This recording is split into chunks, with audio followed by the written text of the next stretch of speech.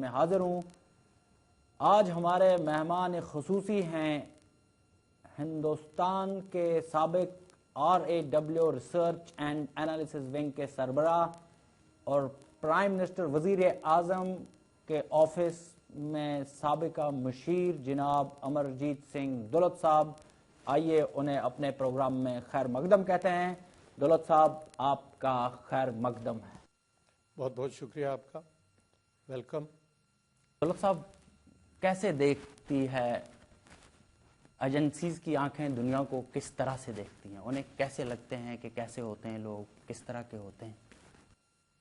تقریباً اس طرح ہی دیکھتی ہے جیسے باقی لوگ دیکھتے ہیں، لیکن ایک ایجنسیز کا ایک رول ہے. جیسے آپ نے کہا آنکھوں کی بات کی آپ نے، تو اس کو وہی آئیز اینڈ ایئرز کہا جاتا ہے. اور زیادہ سے زیادہ ہر ملک اس کو ریئلائز کر رہا ہے کہ اس کے بغیر کچھ ایجنسیز بہت ضروری ہیں سرکار کے لیے. اور بہت کچھ جو ہوتا ہے سرکار کے جو بڑے بڑے فیصلے جو ہوتے ہیں وہ ایجنسیز کی رپورٹس کے بیسس پہ ہی ہوتے ہیں. جیسے آپ نے دیکھا کہ امریکہ نے جب حملہ کیا عراق پہ، تو وہ ایک CIA کی رپورٹ پہ، کم سے کم سرکار نے یہ کہا کہ وہ ایک CIA کی جو رپورٹ تھی اس کی بیسس پہ حملہ ہوا. بعد میں CIA نے کہا کہ ہم نے جو رپورٹ دی تھی اس رپورٹ میں کوئی ایسی بات نہیں تھی.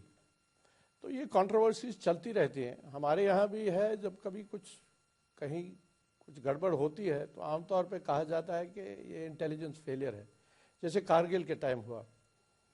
تو ایجنسیز جو کرتی ہیں اس کا لوگوں کو نہیں پتہ لگتا. جیسے آپ نے کہا تھوڑا خفیہ رہتا ہے، پر رول تو اہم ہے. تو ایجنسیز کا رول ہر ملک میں ایک ہی قسم کا ہوتا ہے یا الگ الگ سے ہوتا ہے؟ نہیں، بیسکلی تو ایک ہی قسم کا ہوتا ہے، لیکن ہر ایک ملک میں اپنی اپنی ٹریڈیشنز ہے. جیسے آپ اگر دیکھیں تو ہمارے پاس میں پاکستان میں ISI ہے. اب جتنا ISI کا کلاؤٹ ہے وہ اتنا یہاں تو نہیں ہے. وہ ایک سسٹم کی وجہ سے ہے، کیونکہ پاکستان میں بہت سال ڈکٹیٹرشپس رہی یا آرمی نے ہی سرکار چلائی وہاں. تو ISI کے بارے میں کہا جاتا ہے کہ وہ ایک government with in a government ہے. اب ہمارے یہاں تو ایسا نہیں ہے، کیونکہ یہاں تو ڈیموکریٹک سسٹم رہا ہے، تو ایک دائرے میں کام کرنا پڑتا ہے. تو آپ کو کیا لگتا ہے کہ ISI اور RAW کے رول میں کتنا انتر ہے، کتنا فرق ہے؟ فرق یہی ہے کہ ان کا کلاؤڈ زیادہ ہے، باقی تو سسٹم تو وہی ہے. ہر ایک ملک میں تقریباً وہی سسٹم. ظاہری طور دولت صاحب ایسا لگتا ہے کہ لوگ بڑے خوف زدہ ہوتے ہیں ایجنسیز سے. ایسی کیا چیز ہوتی ہے جو انہیں خوف زدہ کرتی ہے، یا کبھی کبھی اس نام سے ہی ڈرتے ہیں؟ ہر ملک میں لوگ ایجنسیوں سے ایسا لگتا ہے کہ بڑے پریشان ہوتے ہیں. میں نہیں سمجھتا ہندوستان میں لوگ اتنے پریشان ہیں ایجنسیوں سے. بہت لوگوں کو تو ہندوستان میں پتہ بھی نہیں کہ RAW کیا چیز ہے. جب کبھی میں کہتا ہوں کہ میں RAW میں رہا تو وہ ادھر ادھر لوگ دیکھتے ہیں کہ یہ کیا بلا ہے، کس کی بات کر رہے ہیں. تو ہمارے یہاں کوئی ایسی بات نہیں ہے. ہاں پاکستان میں ہے، کیونکہ جیسے میں نے کہا وہاں ISI کا کلاؤڈ بہت زبردست ہے. اور اس کو وہ کئی بار یہ بھی کہا جاتا ہے پاکستان میں، جیسے مجھے یاد آتا ہے لیٹ 1980s میں جب بیچاری گزر گئی یا ماری گئی بے نظیر، تو اس نے خود کہا کہ کچھ چیزیں، جو وہ پرائم منسٹر تھی تو کچھ چیزیں اس کی کنٹرول سے باہر تھیں، کیونکہ ISI کا اپنا ایجنڈا تھا. اب مجھے ایک چھوٹی سی بات یاد آتی ہے جو کچھ ہمارے کشمیری دوست کہتے ہیں. ایک بار ایک دوست نے مجھ سے کہا کہ آپ کیا کر سکتے ہیں، آپ ہمارا کیا بگاڑ سکتے ہیں، زیادہ سے زیادہ ہمیں جیل بھیج دیں گے. وہ پار والے تو اور حساب کتاب کرتے ہیں. جی، آپ نے بے نظیر صاحبہ کی بات کی، حال ہی میں ان کا قتل ہوا. کیا لگتا ہے آپ کو اس میں کن لوگوں کا رول ہوتا ہے؟ وہی بات آپ نے اچھی بات چھیڑی، ان دا سینس کہ میں ISI کے اس کے رول کی بات کرتا ہوں. میں نہیں کہتا کہ اس میں اب کس نے مروایا کس نے کیا، یہ خدا ہی جانتا ہے. لیکن ایک جو ڈیبیٹ چل رہی ہے پاکستان میں اور باقی دنیا میں بھی، اس میں کچھ لوگ یہ بھی کہتے ہیں کہ شاید اس میں ISI کا رول ہو۔ اس میں دوسری بات یہ آتی ہے کہ وہ کہتے ہیں کہ اگر ISI کا رول ہے تو کیا جنرل مشرف کو بھی معلوم تھا، اور اگر نہیں معلوم تھا تو پھر وہی بات آتی ہے کہ ISI، کئی بار یہ لگتا ہے کہ ISI سرکار سے زیادہ بڑی ہے۔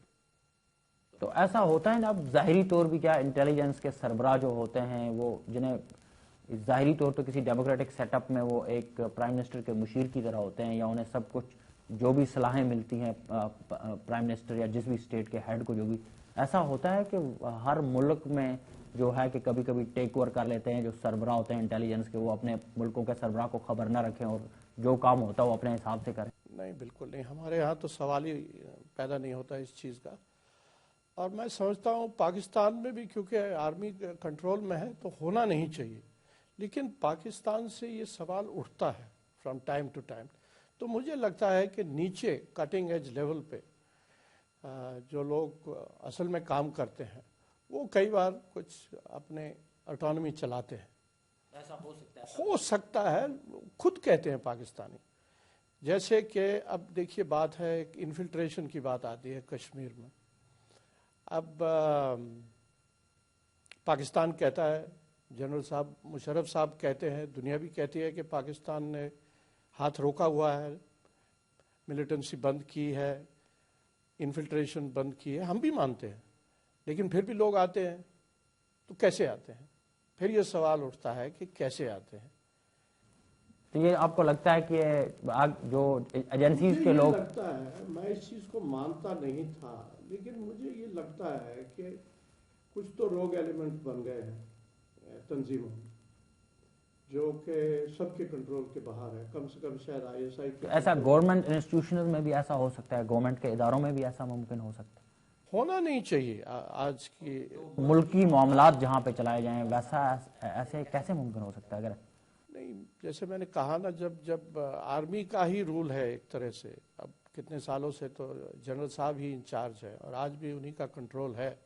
اب جب ڈیموکریٹک سرکار بنے گی تو دیکھا جائے گا۔ بے نظیر صاحبہ کے قتل کے بارے میں بات ہو رہی تھی نا، یہ کیا لگتا ہے آپ کو، یہ بھی ایک انٹیلیجنس فیلئر تھا جو ان کی زندگی نہیں بچ سکی اگر انہیں کوئی ایسا خطرہ لاحق بھی تھا، یا ایجنسیز کو پتا ہونے کے باوجود بھی انہیں پتا نہیں؟ انہیں تو پتا تھا، جنرل صاحب کہتے ہیں انہوں نے خود بے نظیر کو وارن کیا تھا کہ بھائی خطرہ ہے اور آپ راولپنڈی نہ جائیے۔ تو اس میں انٹیلیجنس فیلئر کا تو میں سمجھتا ہوں کوئی سوال نہیں ہے۔ ہاں، سیکیورٹی فیلئر کا ہو سکتا ہے کہ بھائی کیا سرکار کچھ اور کر سکتی تھی ان کو بچانے کے لیے۔ ایسے بچانے کے لیے کوشش کر سکتی تھی انہیں یا نہیں کر سکتی تھی؟ اب یہ تو پاکستان ہی بہتر جانتا ہے، لیکن آبویسلی سیکیورٹی کافی نہیں تھی۔ اب جنرل صاحب کہتے ہیں کہ بے نظیر اس گاڑی میں سے کیوں باہر نکلی، کیوں اٹھی، جب بیٹھی ہوئی تھی، جب خطرہ تھا تو اس سن روف ہٹا کے باہر آنے کی کیا ضرورت تھی؟ تو وہ بھی ٹھیک بات ہے کہ ایک رسک لیا۔ اب پالیٹیشنز ہے تو پالیٹیشنز کو کچھ رسک لینا پڑتا ہے، اور یہ سرکار کی ڈیوٹی ہے کہ ان کو پروٹیکٹ کیا جائے۔ تو کہیں نہ کہیں تو لیپس ہے نا۔